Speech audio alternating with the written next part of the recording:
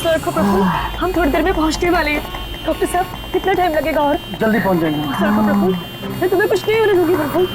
तो ये अपराधी लोग हैं ना, कुछ ही बहाने बनाते हैं। हार्ट अटैक हो गया ताकि बस कानूनी कार्रवाई ना। पता है ये मामला है वैसे भी हॉस्पिटल के मालिक का, डॉक्टर रंजीत के। डॉक्टर रंजीत ही है ना?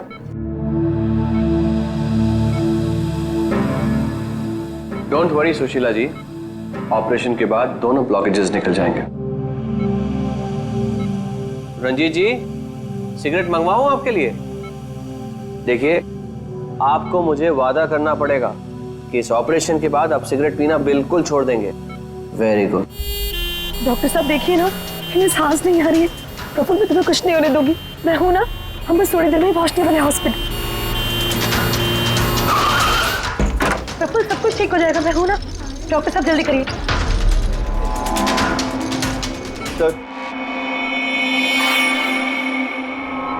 सर बाहर मीडिया वाले जाने को तैयार ही नहीं हो रहे। उनको लग रहा है ये सर्जरी, ये सब कुछ एक नाटक है। क्या? अच्छा तुम एक काम करो, पैथोलॉजी लैब असिस्टेंट संजीव से रंजीत जी की रिपोर्ट मंगवाओ। सर मैंने रिपोर्ट्स के लिए बोला हुआ है, बस वो आ ही रही है। देखिए आप लोग शांत हो जाइए। ये डॉक्टर कमलेश है और यही डॉक्टर रंजीत का ऑपरेशन करने वाले। डॉक्टर कमलेश, क्या ये हार्ट अटैक असली है या फिर इंक्वायरी से बचने का कोई नाटक? देखिए, मैंने डॉक्टर रंजीत को खुद चेक किया है।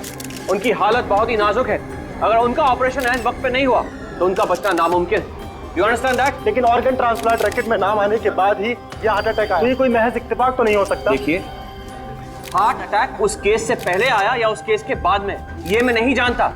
मैं बस इतना जानता हूँ कि यहाँ पे कोई नाटक, कोई ड्रामा नहीं चल रहा है। हम तो ये भी जानते हैं कि कई सालों से आप मिस्टर रंजीत के दोस्त भी हैं। आप लोग क्या कहने की कोशिश कर रहे हैं? हाँ, मिस्टर रंजीत और हम दोस्त हैं, करेक्ट। लेकिन मिस्टर रंजीत अगर किसी रैकेट में शामिल है या नहीं है तो उससे मेरा कोई लेना देना नहीं है। मैं बस इतना जानता हूँ कि यहाँ पर कोई नाटक नहीं चल रहा है, कोई ड्रामा नहीं चल रहा है। सर ये लीजिए लाइट, ये देखिए, ये है उस बात का सबूत। ये है उनका लिपिड प्रोफाइल टेस्ट, देखिए।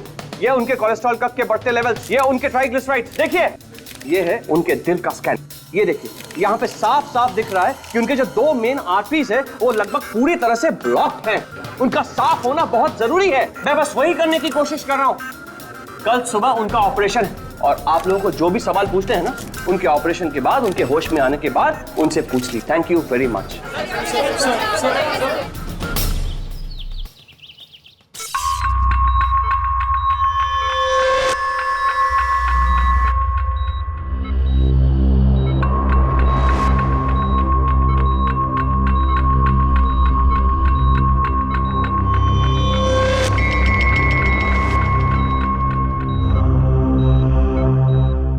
Well done team, operation successful हुआ। अब सारे ब्लॉकेजेस क्लियर हैं और अब ये खतरे से भी बाहर है। विनीत, ड्रेसिंग में। जी sir.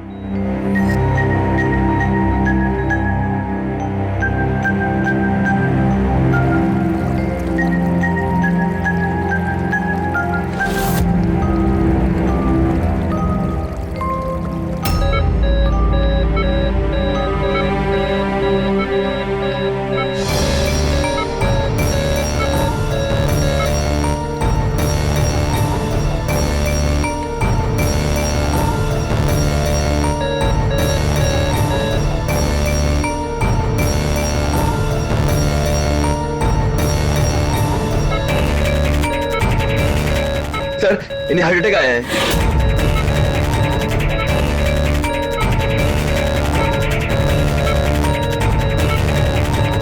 Vineet, give him the injection right now. Oxygen check करो फास्ट।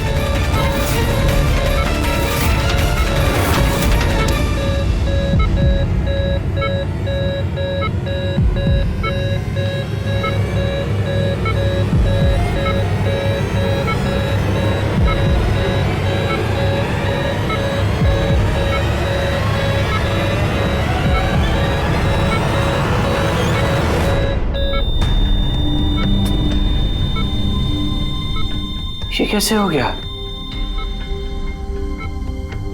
हम इन्हें बचा ना पाए।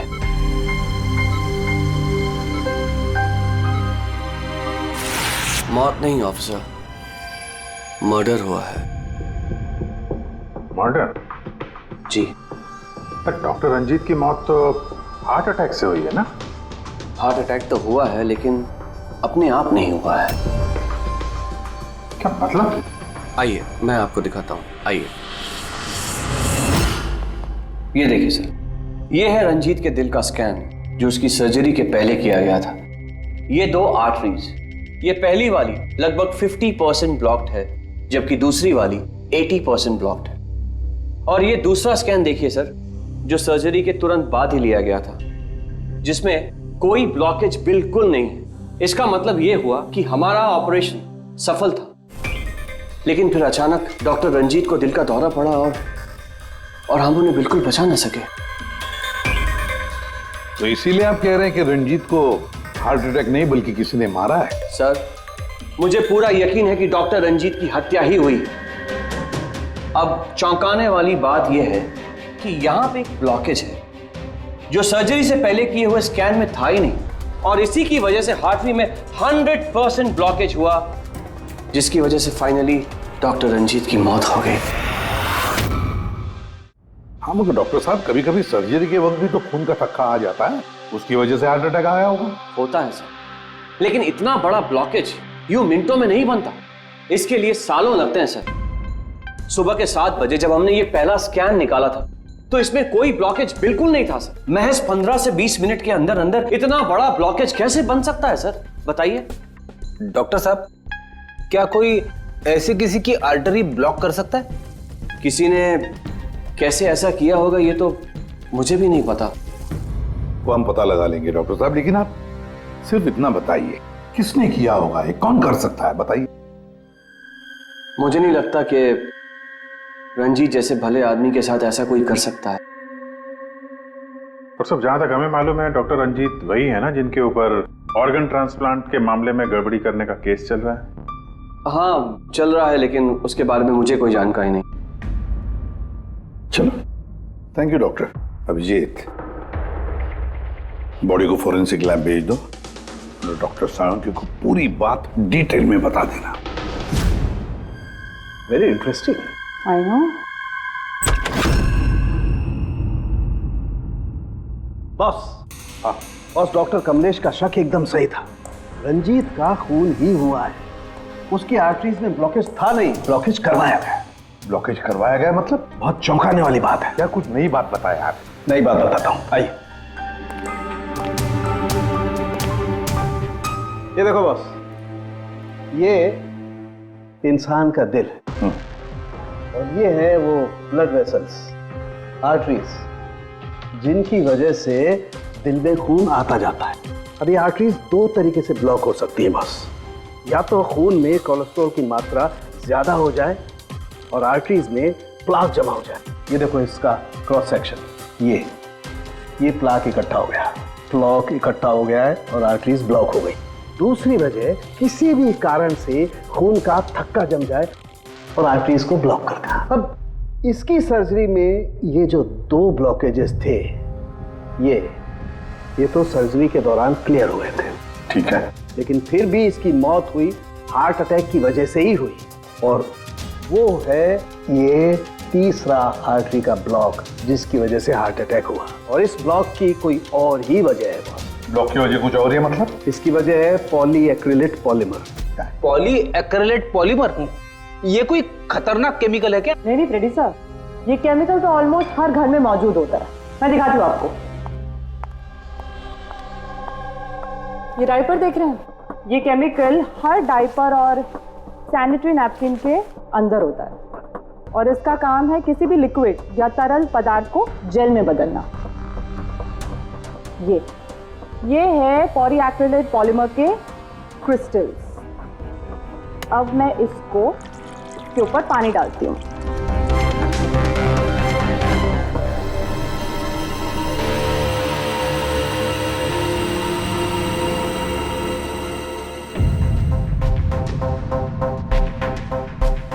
अरे ये तो जेल बन गया। तारिका जी, ये कोई जादू है क्या? जादू नहीं फ्रेडी, साइंस। बॉस, इस केमिकल को वाटर लॉक भी कहते हैं। ये अपने से कई 100 गुना ज्यादा पानी को या किसी भी लिक्विड को अपने अंदर सोख लेता है। अच्छा, तो इसीलिए ये डायपर्स और सैनिटरी नैपकिन में इस्तेमाल होता है। और सर, रंजीत के आर्टरी के ऑटोप्सी में यही केमिकल मिला है। बॉस, ये केमिकल अपने आप तो उसकी आर्टरी में पहुंचेगा नहीं। हाँ, सर्जरी के वक्त ही गया होगा। ये केमिकल पॉलीएक्रिलेट पॉलीमर, जिसकी वजह से उसका खून जेल में बदल गया और उसने आर्टरी को ब्लॉक कर दिया और उसकी मौत हो गई। मगर नहीं, ऐसे नहीं हो सकता है साळुंखे। सर्जरी के वक्त ये पॉलीएक्रिलेट पॉलीमर उसके शरीर में डाला नहीं गया। अगर वैसे होता तो उसी वक्त, सर्जरी के वक्त, उसका खून जेल में बदल जाता, ब्लॉकेज हो जाता और उसकी मौत हो जाती तुरंत। सर्जरी 2 घंटे तक चली और तो और सर्जरी कामयाब भी रही। 2 ब्लॉकेजेस थे, वो भी साफ हो गए, लेकिन ये तीसरा ब्लॉकेज बाद में आ गया। इसका मतलब है पॉलीएक्रिलेट पॉलीमर उसे बाद में दिया गया, सर्जरी के बाद में। और ये तो डॉक्टर कमलेश की टीम में से ही कोई दे सकता है। ऐसे किसी केमिकल का इस्तेमाल सर्जरी में तो नहीं होता सर। पता है हमें डॉक्टर साहब, ये पॉलीएक्रिलेट पॉलीमर सर्जरी में इस्तेमाल नहीं होता और इसीलिए हमें शक है कि किसी ने डॉक्टर रंजीत को जानबूझकर ये दिया है। और हमें शक है वो आप में से ही कोई एक है, आप में से ही कोई। ये आप क्या बोल रहे हैं सर? सर, ये हमारे बेस्ट डॉक्टर्स और नर्सेस की टीम है। यहाँ पे ये लोग कोई क्रिमिनल्स नहीं है सर। क्रिमिनल्स हमारे जैसे ही दिखते हैं, समझे आप? आसमान से नहीं टपकते। लेकिन सर, इस हॉस्पिटल से हमारा घर चलता है, हम हमारे मालिक को क्यों मारेंगे? और सर, डॉक्टर रंजीत से हमारी कोई दुश्मनी भी नहीं थी, तो उन्हें मारकर हमें क्या मिलेगा? डॉक्टर, आपने कहा कि केमिकल सर्जरी में नहीं इस्तेमाल किए जाते, लेकिन जो औजार, जो इंस्ट्रूमेंट्स सर्जरी में इस्तेमाल किए जाते हैं, वो कहीं ऐसा तो नहीं किसी ने इस केमिकल को उन औजारों पे ही लगा दिया हो?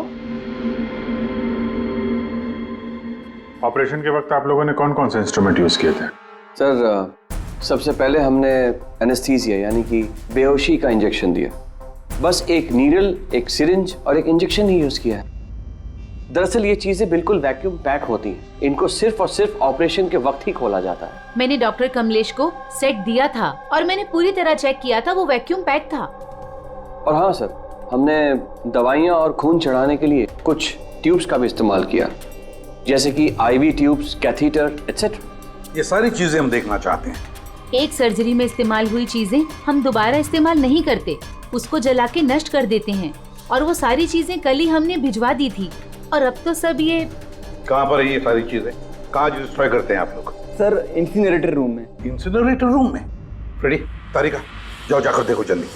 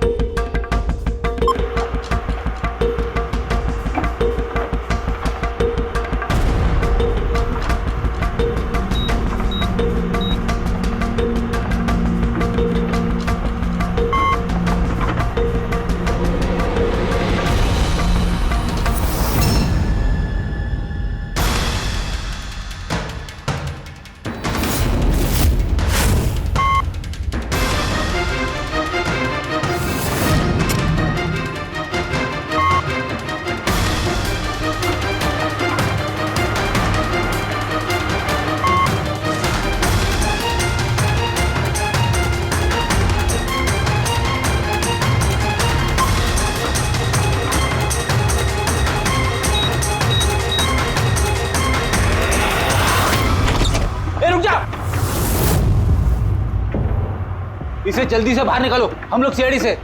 चलो निकालिए बाहर।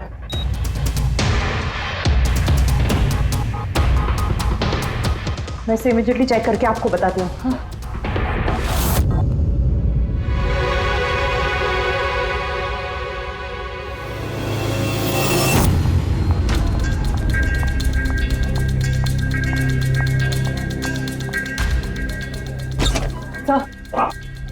सर, एक IV ट्यूब, IV बैग और एक सेंट्रल लाइन में से मुझे पॉलीएक्रिलेट पॉलीमर के ट्रेसेस मिले हैं। क्या?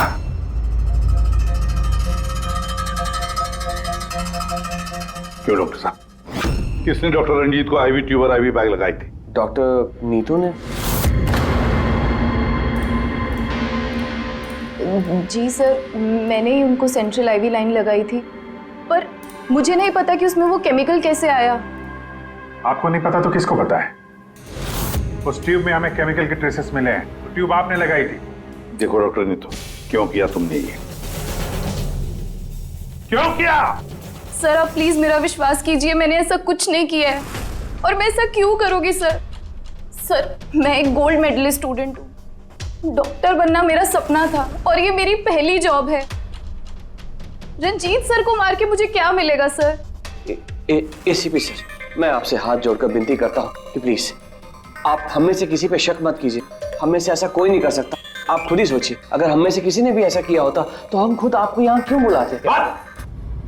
बस वो केमिकल आईवी ट्यूब और आईवी बैग में से मिला है और वो डॉक्टर नीतू ने लगाया था। अगर डॉक्टर नीतू ने नहीं लगाया तो फिर और किसने लगाया?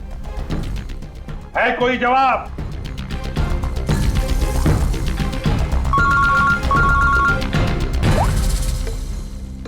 असलम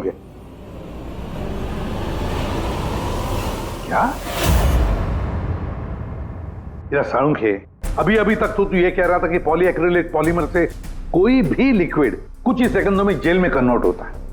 अब तू कह रहा है कि डॉक्टर रंजीत की सर्जरी से पहले उसे ये पॉलीमर दिया गया था। कैसे? ये कैसे हो सकता है? हाँ? बॉस, जब मैंने रंजीत की ऑटोप्सी को और बारीकी से चेक किया तो मुझे पॉलीएक्रिलेट पॉलीमर के अलावा एक और केमिकल भी मिला। और एक केमिकल मिला? कौन सा? जेलेटिन। जेलेटिन तो घुल गया है लेकिन उसके ट्रेसेस अभी भी बाकी हैं बॉस। यार तू कहना क्या चाहता है? मुझे आश्चर्य इस बात का है कि जेलेटिन आखिर उसके खून में गया तो गया कैसे? जेलेटिन, ये कैप्सूल का खोल जेलेटिन का बना होता है जिसमें दवाई भरी जाती है और ये कैप्सूल शरीर में तब तक नहीं घुलता है जब तक वो अपनी जरूरी जगह पर नहीं पहुंच जाए, क्योंकि इस जेलेटिन को घुलने में थोड़ा वक्त लगता है। ये देखो, ये जेलेटिन का कैप्सूल ये हमने पानी में डाला, अब इसे घुलने में थोड़ा वक्त लगेगा। तो मतलब सालुंखे, तेरे कहने का मतलब है कि जिसने भी ये किया है उसने पॉलीएक्रिलेट पॉलीमर रंजीत के शरीर में इस कैप्सूल के जरिए डाल दिया। नहीं बॉस, कैप्सूल के जरिए नहीं, बल्कि उसने ये पॉलीएक्रिलेट पॉलीमर के छोटे छोटे क्रिस्टल्स को जेलेटिन में कोट कर दिया।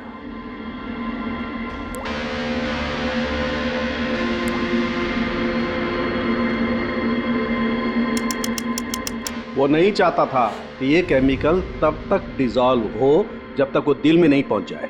उसे सब कुछ पता था, जेलेटिन के घुलने का वक्त, केमिकल के दिल तक पहुंचने का वक्त, सब कुछ जानता था वो। इसीलिए उसने बहुत होशियारी के साथ ये प्लान बनाया और कामयाब भी हो गया। इसीलिए आपको लग रहा है कि ये काम ऑपरेशन थिएटर में नहीं हुआ है? हाँ सर, तो हमारे कैलकुलेशन के हिसाब से ये केमिकल सुबह 4 से 5 बजे के बीच रंजीत के आईवी ट्यूब या सेंट्रल लाइन में डाला गया था, जबकि ऑपरेशन हुआ 7 बजे।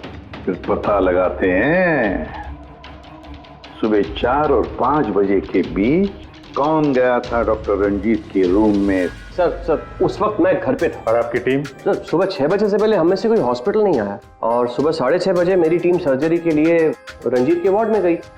वैसे रंजीत ऑर्गन ट्रांसप्लांट के रैकेट में अपने फंसा था, तो जाहिर सी बात है कि उसके कुछ दुश्मन भी होंगे।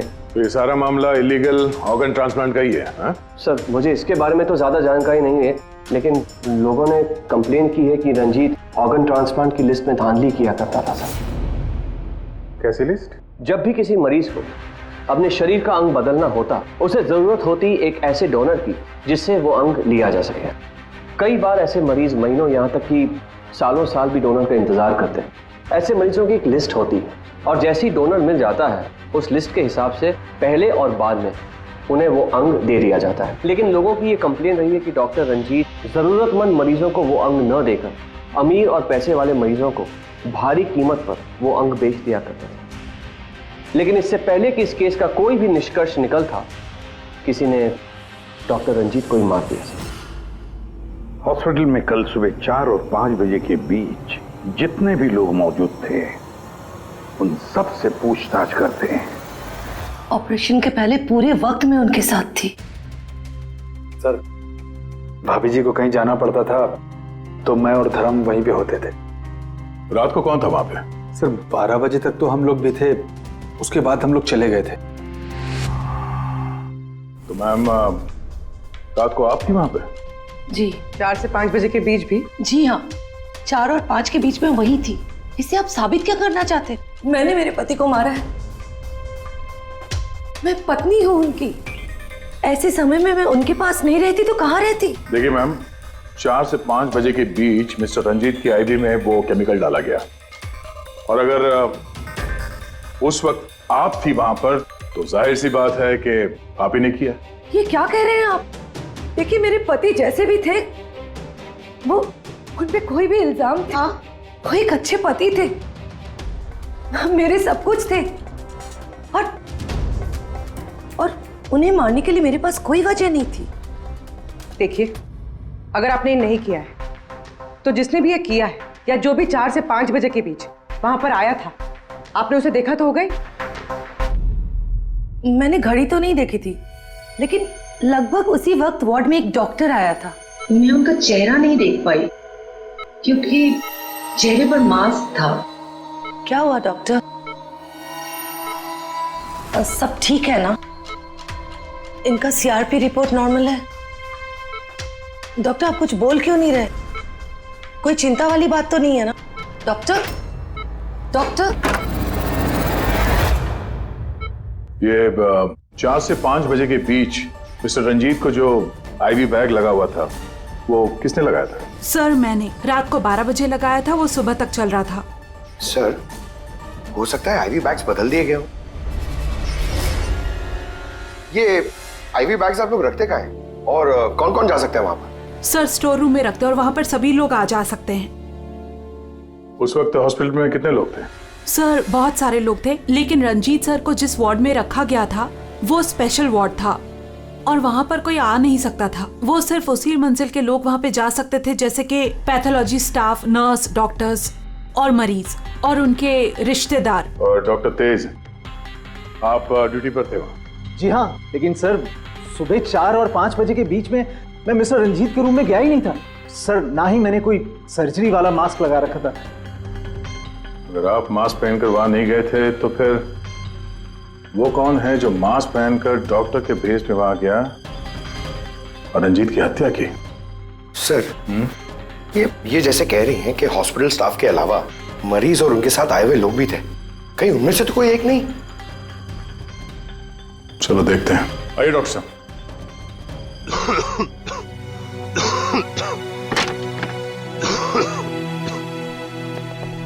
सर इस वार्ड में वो मरीज हैं जो कल भी एडमिट थे।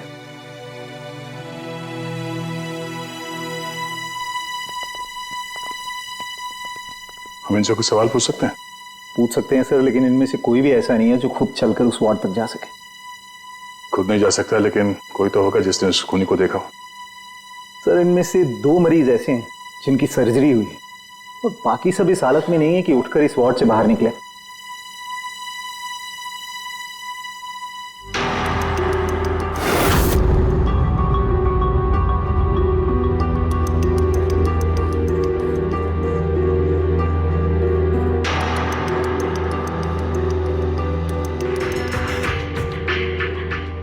बस इतने ही मरीज हैं, इनके अलावा कोई और? मतलब कोई ऐसा जो कल यहाँ पर था मगर अभी नहीं है? हाँ सर, एक आदमी था जो मिस्टर रंजीत की सर्जरी से 1 रात पहले आया। उसे सीने में दर्द की प्रॉब्लम थी। हम लोगों ने सारे टेस्ट किए, लेकिन सारी रिपोर्ट नॉर्मल आई सर। हौसला रखो प्रफुल्ल, सब कुछ ठीक हो जाएगा। मर गया डॉक्टर साहब अभी आते ही होंगे। बुलाओ डॉक्टर। हौसला रखो ना, हौसला रखो। डॉक्टर साहब देखिए ना, इतना दर्द हो रहा है। डॉक्टर मरी, मैं चेक कर लेता हूँ। बहुत दर्द है डॉक्टर। देखिए ईसीजी, एंजियोग्राम सब नॉर्मल है। मुझे नहीं लगता इन्हें कोई हार्ट की प्रॉब्लम है। मुझे लगता है इन्हें गैस की प्रॉब्लम है। मैं कुछ दवाइयाँ लिख देता हूँ, आप इन्हें घर ले जा सकते हैं। घर? नहीं डॉक्टर साहब, मैं कोई रिस्क नहीं लेना चाहती। आप कम से कम रात भर तो इन्हें यहाँ रहने दीजिए ना। देखिए मुझे नहीं लगता इसकी जरूरत है, लेकिन अगर आप फिर भी कहती हैं, नर्स इन्हें एडमिट कर लीजिए। Don't worry, he will be okay. ये प्रफुल्ल हॉस्पिटल से डिस्चार्ज कब हुआ? सर यही कोई 9:30-10 बजे। 9:30-10 बजे। पंकज, इस प्रफुल्ल के बारे में पता करो और यहाँ हॉस्पिटल में उसने जो एड्रेस और नंबर दिया है उसे क्रॉस चेक करो।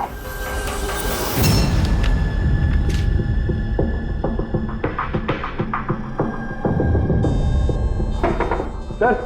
हाँ पंकज, प्रफुल्ल के बारे में कुछ पता चला? नहीं सर।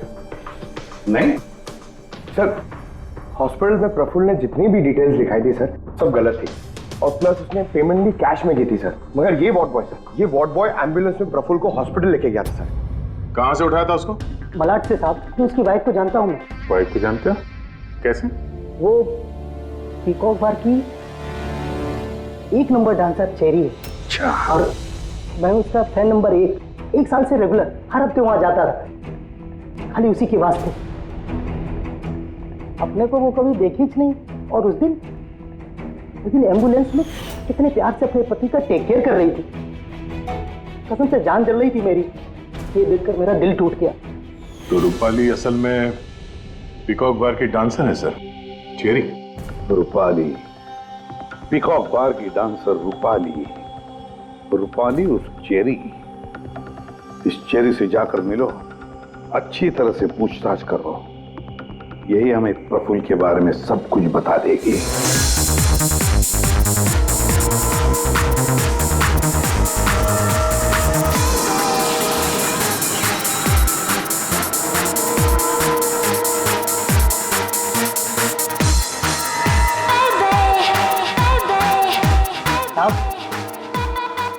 अपनी चेरी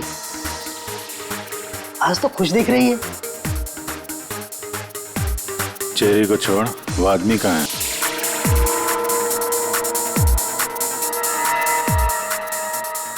ये कहाँ जा रही है साहब?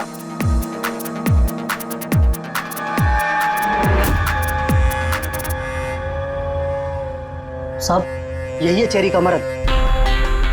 ये है?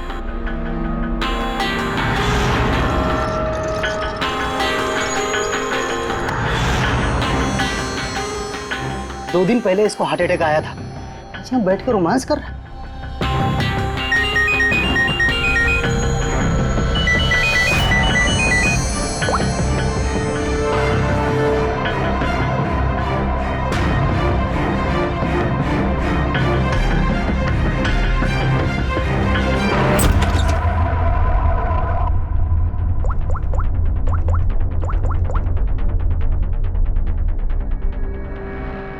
देख, मैंने काम पूरा किया ना बॉस, तो पूरा पैसा ही बनता है।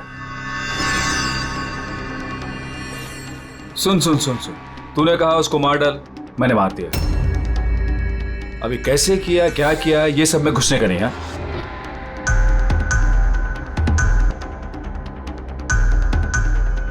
देख देख देख देख, अभी मेरे को ये बता, मेरे को पैसा लेने किधर आने का है बस, ठीक है? कल सुबह 10 बजे, ठीक है?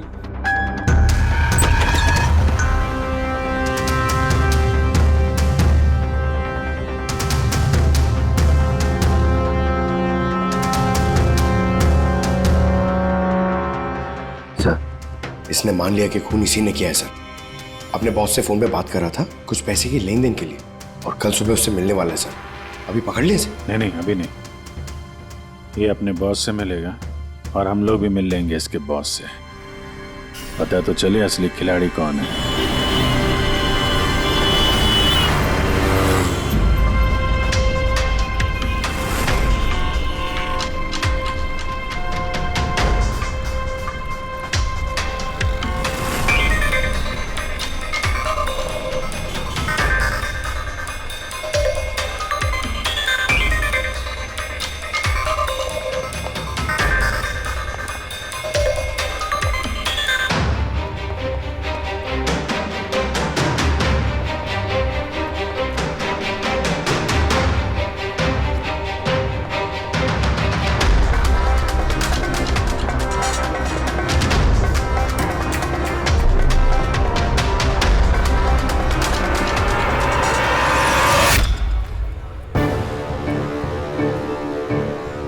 ये करने क्या आया है यहाँ पे?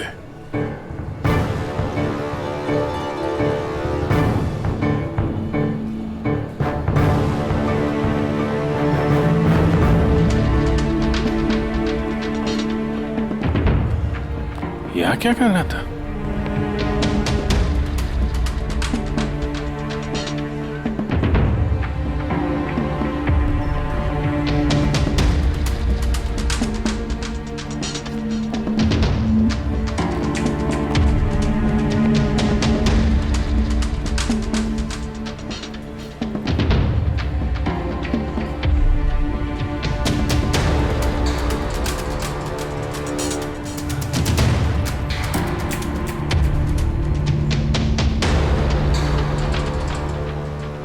था तो खा लिया, तभी बैग लेके जा रहा है। ये बॉस तो बहुत चालाक निकला है, इसको पकड़ते हैं। कौन हो तुम? अरे वो सब छोड़ो, पहले ये बैग इसे खोल के दिखाओ, क्या है इसमें? अरे सामान है मेरा, और क्या करने का आप लोगों को? कौन है आप लोग? सीआईडी। सीआईडी? ये बता कि रंजीत को क्यों मारा तूने? हैं? किसके कहने पे मारा? सर मेरा रंजीत को कौन सा रंजीत सर?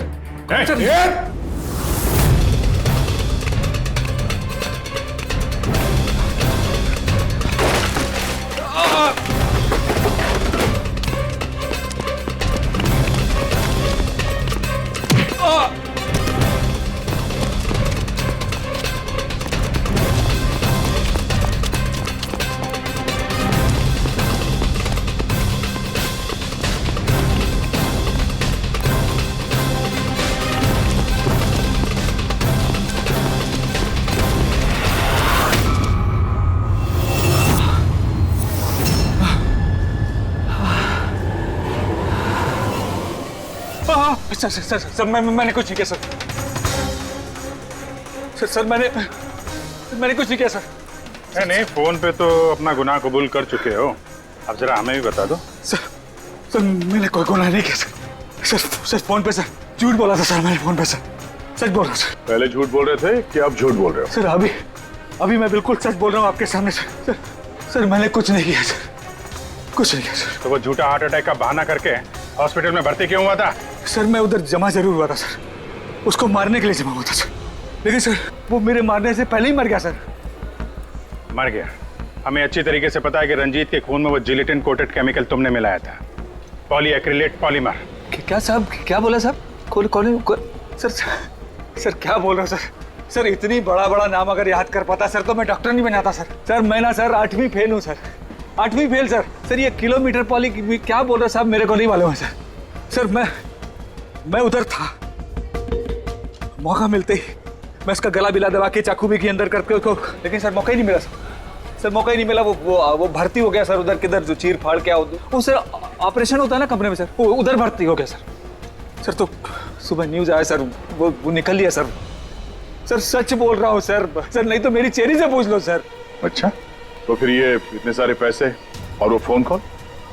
सर मेरे को एक आदमी ने फोन करके कहा वो मेरे को पैसा देगा, आधा काम होने से पहले पैसा देगा और आधा काम होने के बाद सर। लेकिन वो मेरे मारने से पहले ही सर खुद ही मर गया सर वो। तो मेरे को लगा सर काय को अपना नुकसान करूं मैं सर, मैंने पार्टी को झूठ बोला सर। झूठ?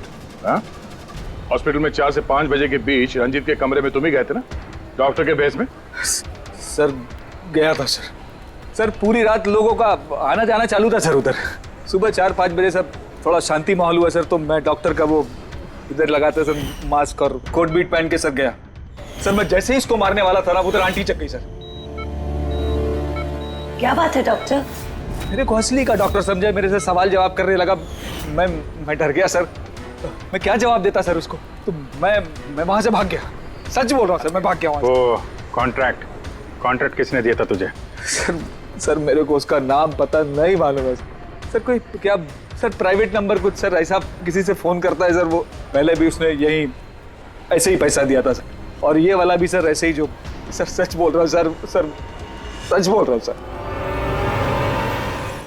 सर आप लोगों ने मुझे यहाँ पे क्यों बुलाया सर? प्रफुल्ल को जानते हो? प्रफुल्ल? कौन प्रफुल्ल? प्रफुल्ल? अरे हाँ, तुम तो उसे जानते नहीं, तुमने उसे कभी देखा भी नहीं, तुमने तो सिर्फ उसके साथ फोन पर ही बात की। आप लोग क्या करें, मुझे कुछ समझ में नहीं आ रहा है सर। कोई बात नहीं, हम याद दिलाते हैं।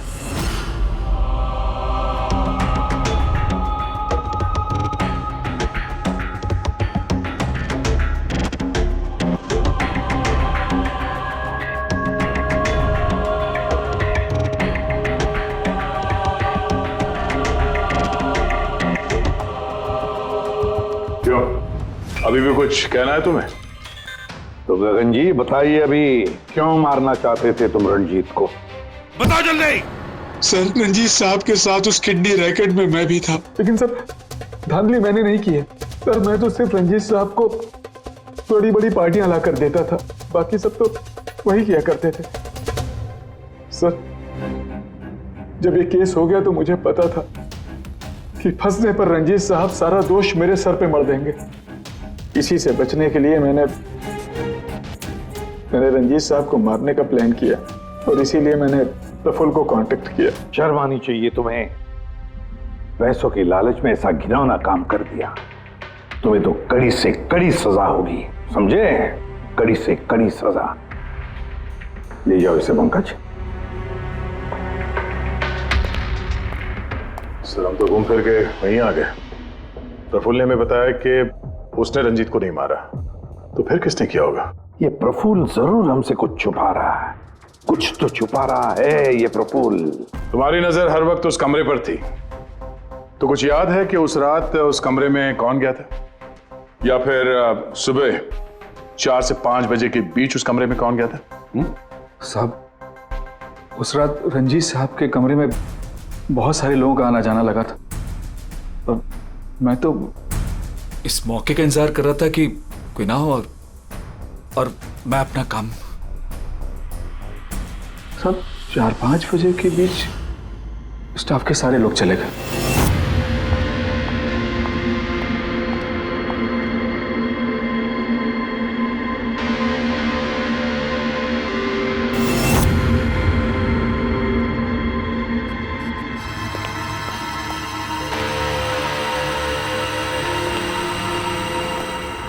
मतलब दया, अभिजीत,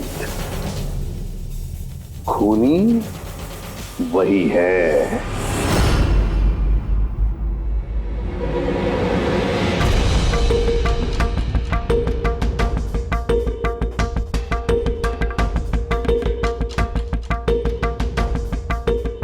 प्रफुल्ल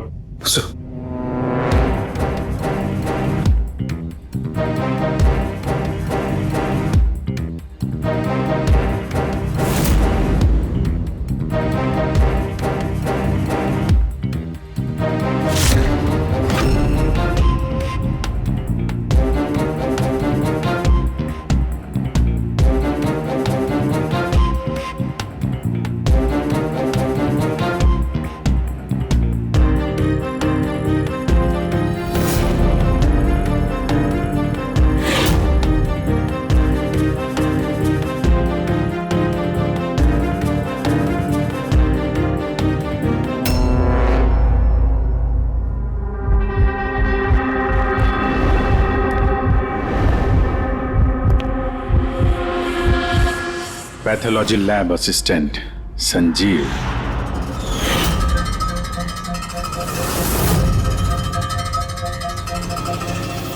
हैं सर? चलो।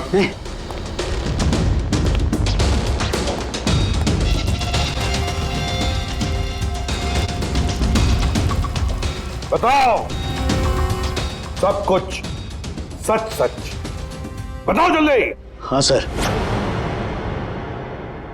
ये सब कुछ मैंने ही किया है।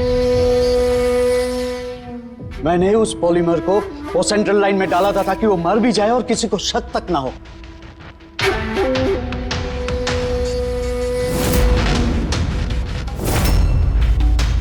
मैं तो चाहता था सर कि वो ऑपरेशन के दौरान ही मर जाए, लेकिन वो बाद में मरा है? तो क्यों मारा तुमने डॉक्टर रंजीत को? ऐसी क्या दुश्मनी थी तुम्हारी डॉक्टर रंजीत के साथ? उसने मेरी जिंदगी मुझसे छीन ली थी सर। उसने मेरी बेटी को मार डाला था सर। बेटी को मार डाला था। क्या बकवास कर रहे हो? रंजीत कभी किसी का खून नहीं कर सकते। ऐसा मुझे भी लगा था। मैंने 15 साल इस अस्पताल में ईमानदारी से सेवा की और अचानक एक दिन मुझे पता चलता है कि मेरी बेटी का बॉडी ऑर्गन फेल हो गया है। उसकी जिंदगी के लिए नया बॉडी ऑर्गन का मिलना बहुत जरूरी था सर, और वो मिला भी। एक डोनर मिला सर, और कुछ ही दिनों में उससे नया बॉडी ऑर्गन डालने वाले थे। उसे नई जिंदगी मिलने वाली थी सर, नई जिंदगी। मैं खुशी से पागल था सर, खुशी से पागल हो गया था। सारी तैयारियां हो चुकी थी इसी अस्पताल में सर। ऑपरेशन भी होने वाला था, लेकिन मुझसे और इंतजार करने को कहा गया। वो नन्ही सी जानती कब तक इंतजार करती सर, वो तो चली गई, मुझे छोड़ के चली गई सर। फिर मैंने एक दिन ऑफिस में उसका केस पेपर देखा सर।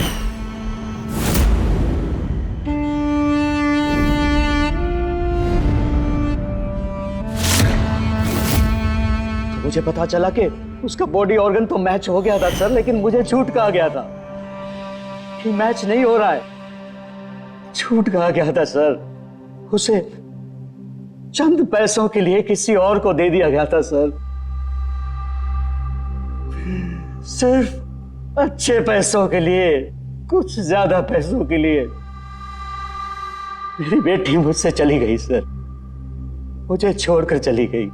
तो सर उसी दिन मैंने कसम खा ली थी कि जिस दिन मौका मिलेगा मैं छोड़ूंगा नहीं, मैं बदला तो लेके रहूंगा सर, कसम खाई थी मैंने। क्या फायदा हुआ?